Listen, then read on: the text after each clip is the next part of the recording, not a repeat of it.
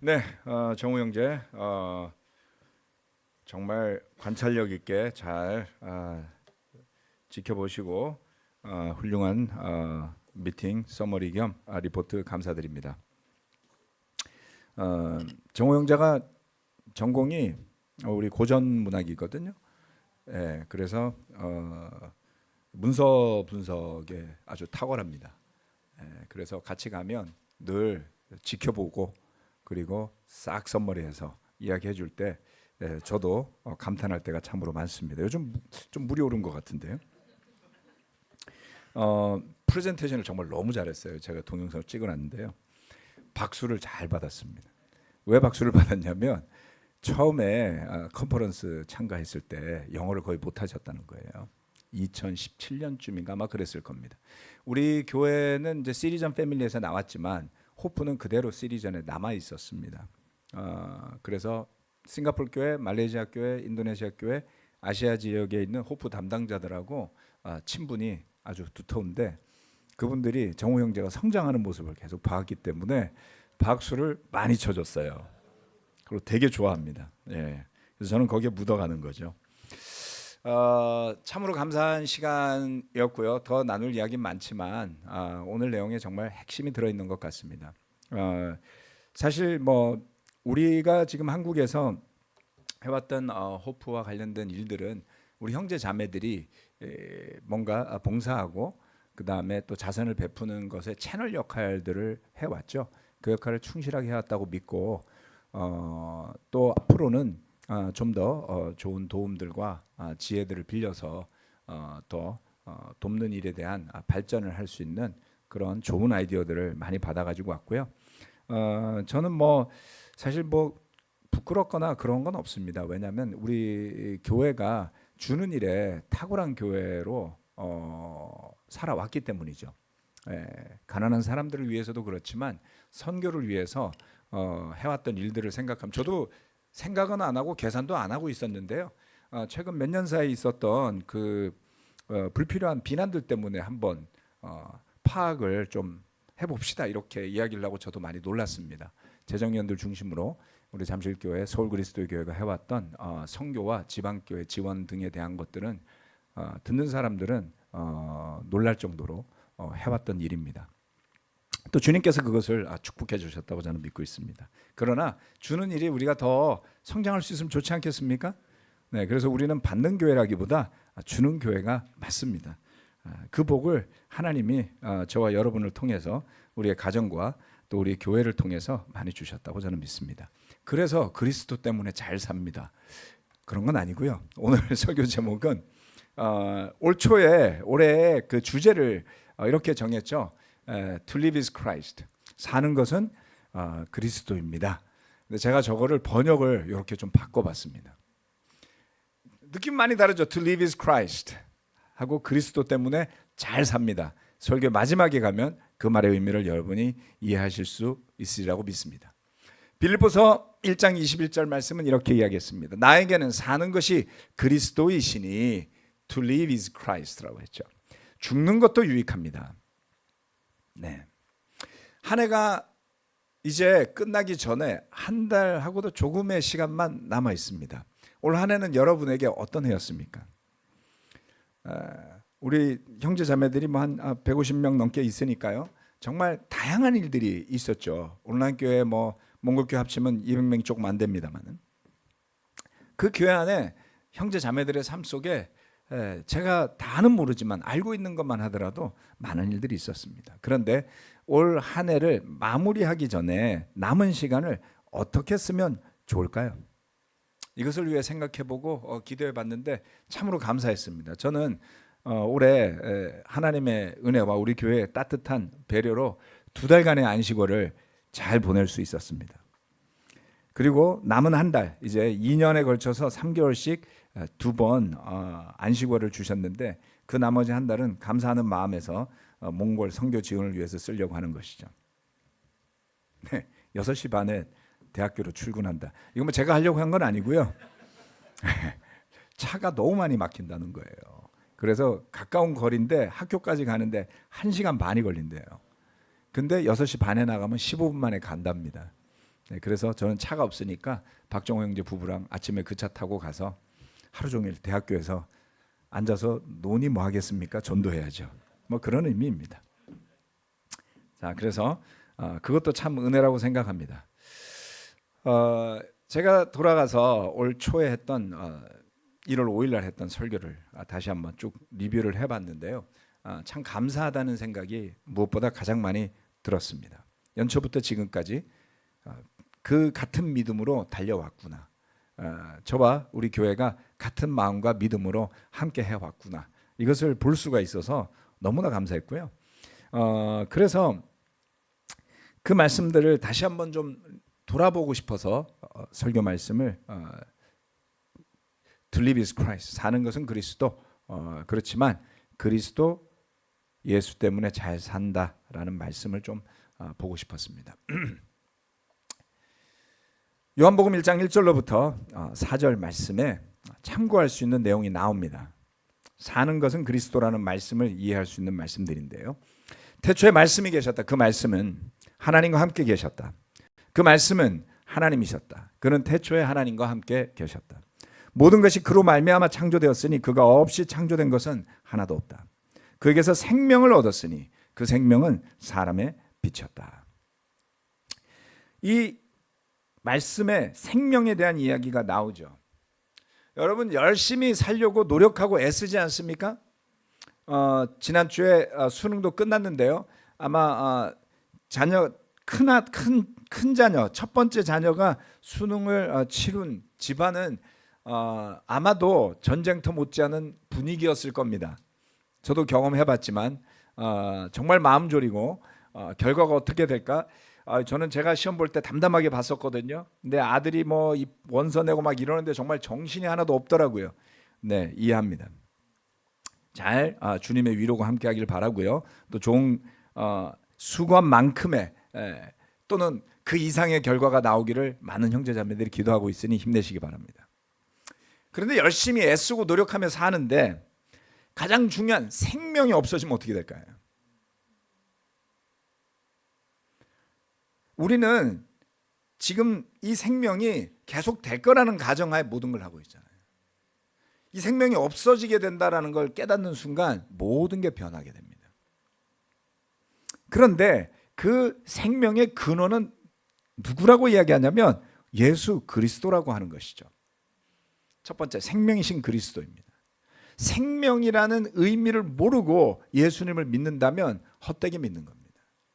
구원받겠다고 하는 사람들이 많죠. 예수 믿고 구원 받으세요. 예수 믿고 복 받으세요. 그 복이 뭔지도 모르고 그 구원이 뭔지도 모르는데 잘못하면 복도 구원도 못 받을 수도 있어요.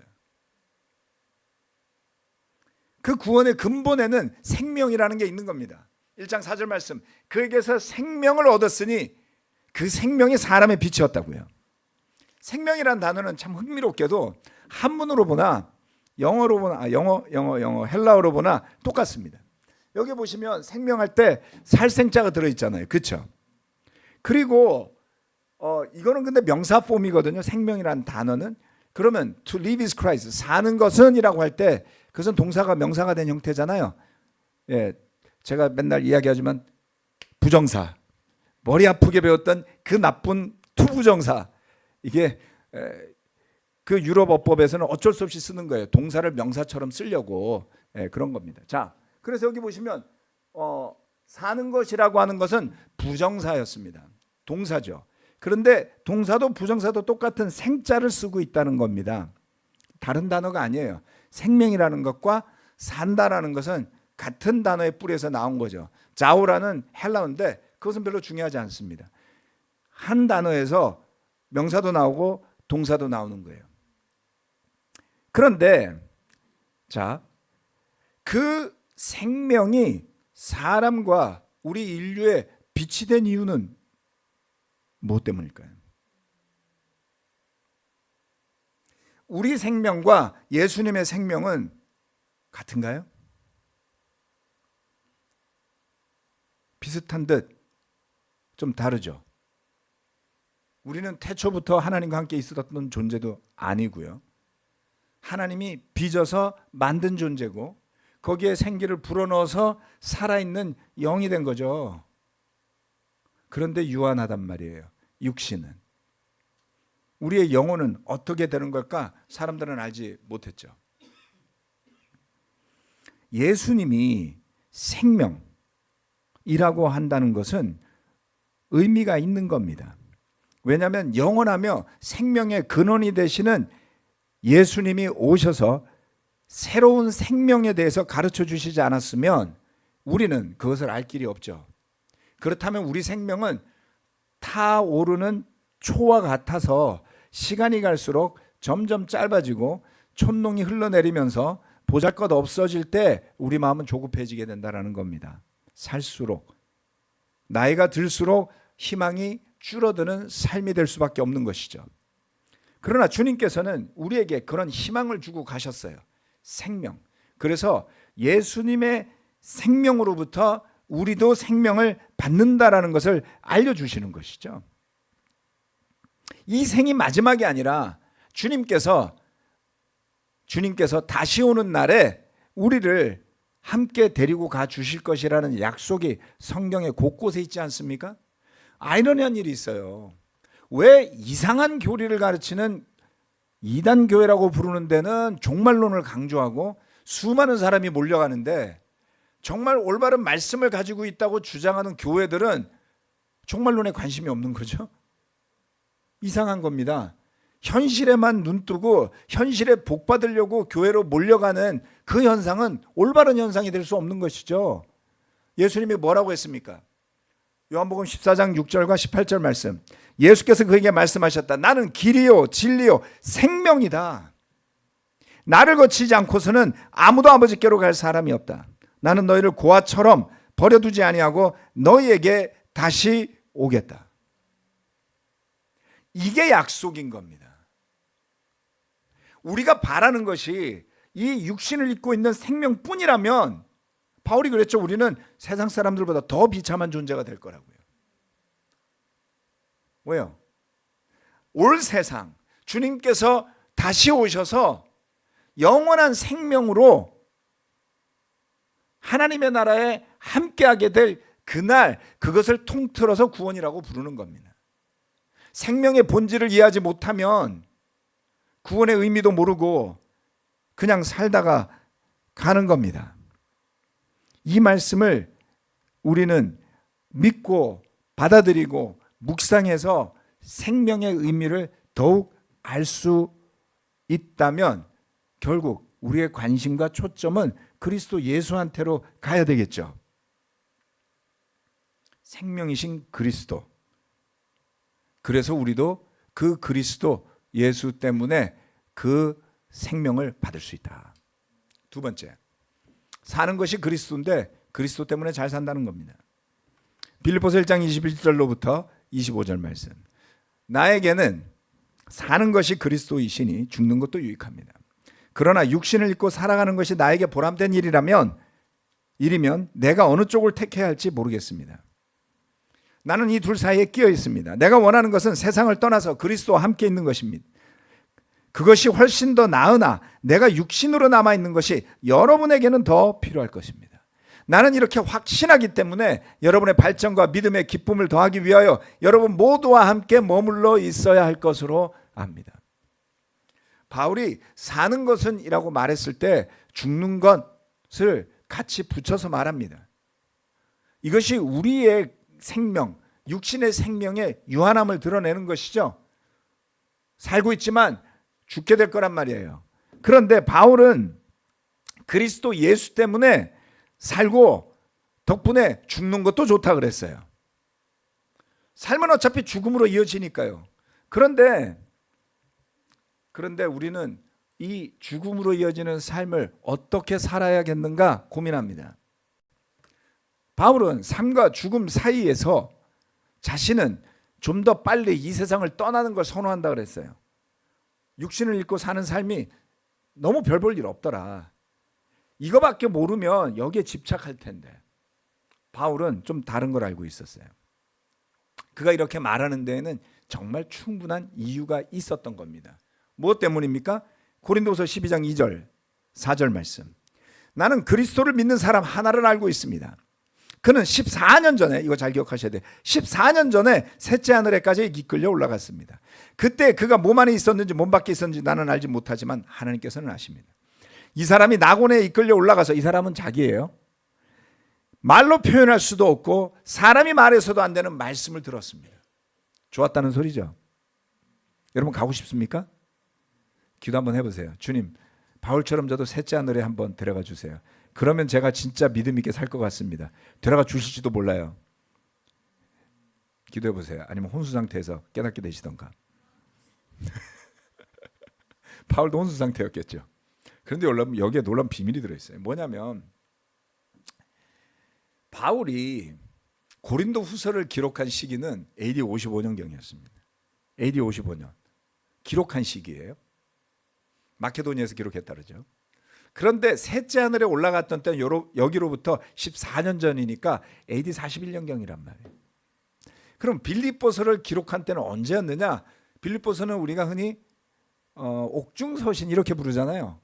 바울이 선교여행 3차여행까지 마치고 로마 감옥에 투옥된 상태에서 쓴 것이 빌립보서라고 본단 말이에요. 에베소서, 빌립보서 뭐 이런 거. 그런데 그것은 AD 60년경이라고요. 그러면 바울이 사는 것이 그리스도인이 나에게는 죽는 것도 유익합니다라고 말했던 그 순간은 이 고린도 후서를 쓴 뒤로부터도 꽤 시간이 흘렀던 때였죠. 다시 말하면 셋째 하늘에 올라갔던 때로부터 20년이 더 흐른 뒤에 시간이 있었던 겁니다. AD 41년경이면 바울이 제자가 되고 나서 그다지 시간이 흐르지 않았던 때였겠죠. 그러면 그 20년간 바울은 무엇을 경험했던 것일까요? 그는 수많은 도시에 교회를 세웠고요. 물론 교회가 크지 않습니다. 작은 교회들이었어요. 빌립보의 교회가 얼마나 컸겠습니까? 데살로니가의 교회가 얼마나 컸겠어요. 물론 고린도에는 좀 오랫동안 있었고 에베소도 오랫동안 있었기 때문에 조금 더 교회가 컸을 수는 있지만 대부분의 교회는 크지 않은 교회들이었습니다. 아무튼 그의 인생을 그렇게 수많은 도시와 수많은 인종과 민족을 지나다니면서 수많은 사람들이 주님을 믿고 제자가 되는 기적을 경험했죠. 그리고 이제 그는 감옥에 갇혀 있지만 비굴하지도 않았고 비참하지도 않아요. 왜냐하면 그가 20년 전에 봤던 그 환상, 낙원에서 보고 들었던 형언할 수 없는 말씀의 기억이 믿음의 현실이 되어서 교회들을 통해 세워지고 전해지는 것을 바울이 경험한 거예요. 만약 그 뒤로 아무 일도 일어나지 않았다면 내가 뭘 잘못 봤나? 꿈 아니야? 이렇게 생각할 수 있겠지만 그의 그 신비한 체험은 믿음의 현실로 증거가 되었다라고 저는 봅니다. 그러다 보니 바울은 점점 더 궁금해지기 시작하죠. 별 볼 일 없는 세상살이에 올인할 이유가 없었던 겁니다. 아쉬운 것이 없었죠. 그리스도께서 살아계시고 나에게 생명을 주시는데 예수님은 그 생명 자체란 말이에요. 그러니 죽는 것조차도 좋은 일입니다. 그러나 굳이 내가 살아야 한다면 무엇 때문에? 여러분을 위해서, 여러분의 발전과 믿음의 기쁨을 더하기 위해서 남은 생 열심히 살겠습니다. 이렇게 말하고 있는 것이죠. 정말 보람되게 살지 않습니까? 사는 것에 얽매여서 오로지 육신의 일만 생각하고 세상적인 것만 바라보고 사느라 정신없이 살다가 늙었어요. 평생 직장을 다녔는데 여러분 자신을 위해서 뭐 대단한 거 해본 적 있습니까? 그럴 여유도 겨를도 없었을 겁니다. 이제 머지않아 환갑이 되실 거고요. 칠순이 되실 겁니다. 이미 예견된 일이에요. 10년은 그냥 흘러갑니다. 다투다가도 흘러가고 사랑하다가도 흘러가고 선교를 하면서도 흘러갈 겁니다. 자선을 베풀면서도 흘러가고 탐욕적으로 살아도 흘러갈 겁니다. 믿음 없이 산다면 너무나 뻔한 인생의 결론이 될 거라고 저는 믿습니다.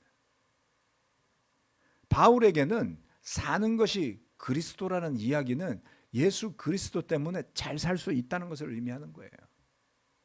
예수 그리스도 때문에 가능한 삶을 살고 있는 거죠. 정우 형제가 자선과 선교에 미친 사람들이라는데 그 말 맞아요.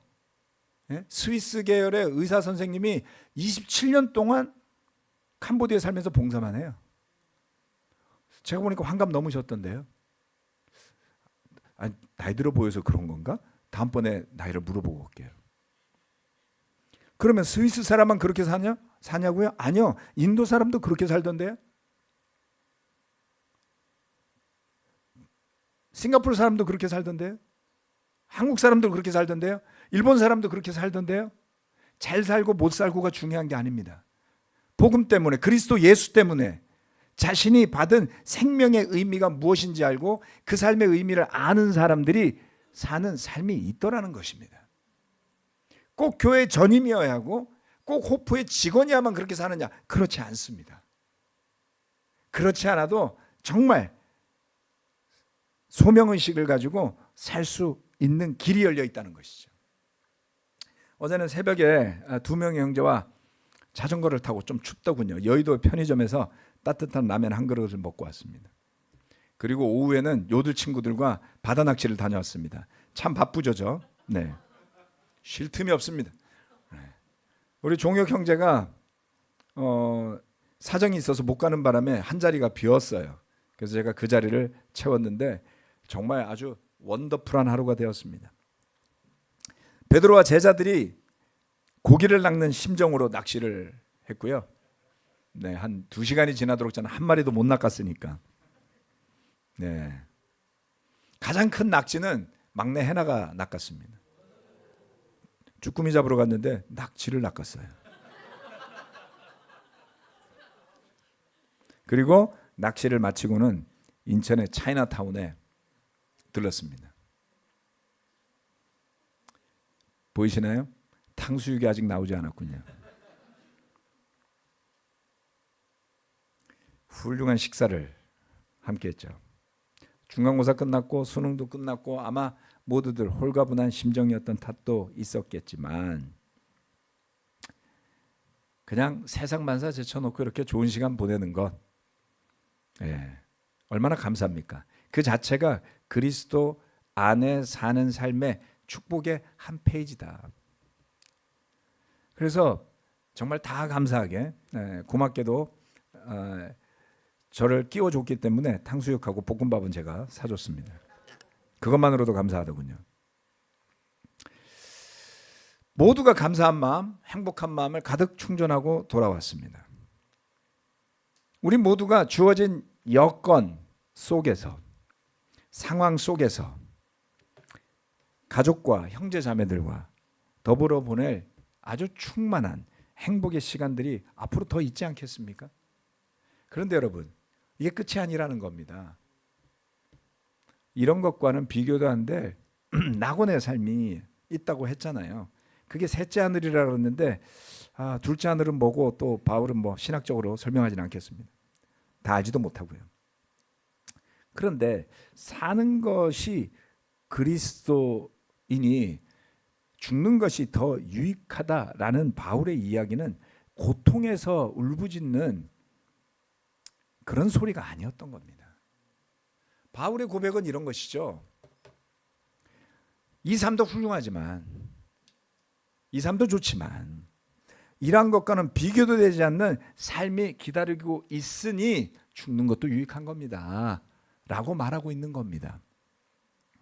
반어법이죠.